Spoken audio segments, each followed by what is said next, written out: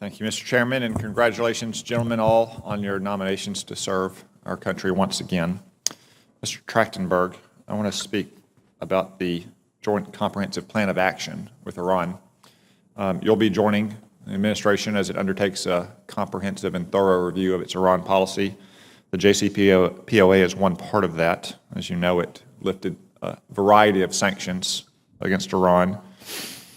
I noted from your advanced policy questions that you say you did not support the JCPOA, but you want to keep your powder dry until that review is complete and you're confirmed, which is an understandable position.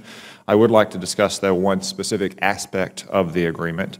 Boeing has signed an agreement after the JCPOA to provide scores of aircraft to Iran. As you probably know, the Islamic Revolutionary Guard Corps uses those civilian airplanes to resupply and aid Bashar al-Assad in Syria, a war that's killed over 500,000 people, and to do God knows what else.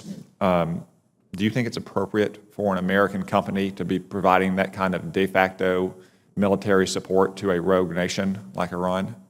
Senator, I have great concerns about that. I don't know the specifics. I'm aware of the Boeing deal that you mentioned. I'm not aware of the specifics, but I am very much concerned that even civilian aircraft technology can be used for military applications, and I find that extremely troubling. Could you elaborate a little bit on how Iran might use those aircraft for military purposes and why that causes you concern? Well, it causes me concern because of engine technology, avionics, and the kinds of things that I believe are essentially transferable between civilian and military aircraft. Mm-hmm. Sometimes this deal is presented as either or. We either have to sell these aircraft to Iran ourselves, or Airbus is going to sell those aircraft.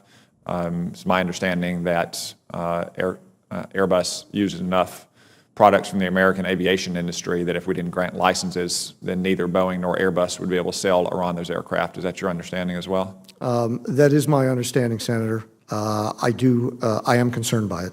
So, and under that situation, there'd be no place for Iran to procure such aircraft to conduct resupply with the IRGC troops fighting in Syria? Yes, sir. That would be a shame, wouldn't it? I joke. Thank you. Mr. McCarthy, you've got a lot of challenges coming up in the Army. If you could summarize them in two very simple ways, you could say that the Army is too small and most of what the Army has gotten too old. Could you elaborate a little bit on how you'll balance those two challenges should you be confirmed? Sir, first and foremost, near-term, maintaining the consistency with current readiness across this future year's defense plan would be the first and primary priority for me, if confirmed. So really, it's looking at where would the funding be. The Budget Control Act still has tremendous challenges on the department's funding profile. So I'm encouraged by the dialogue of this committee in addressing the law. So that's first and foremost is the near-term readiness, but going to have to look within the funding line of making hard choices to start putting investments against the 10 capabilities identified by General Milley, half of which have tremendous R&D challenges. It needs more funding to expedite the fielding and maturing the technologies. Increasing our end strength and modernizing the Army would be a challenge under any circumstances, particularly challenging given the confines of the Budget Control Act. Do you think you can achieve those goals if the Budget Control Act remains the law? Sir, it would be very challenging. Okay, so I will say again, as I say at almost every hearing, the Budget Control Act must be repealed. The 112th Congress was not the Constitutional Convention. The Budget Control Act is not the Constitution. It was designed to restrain spending. It did that for a very brief time. It no longer does so. We all know how this movie is going to end. We're going to have a CR in September. We're going to have a 2-year budget agreement that doesn't control spending in November. We're going to have an omnibus in December. We'll have another omnibus in December of 2018. We'll repeat the entire cycle in 2019 and 2020.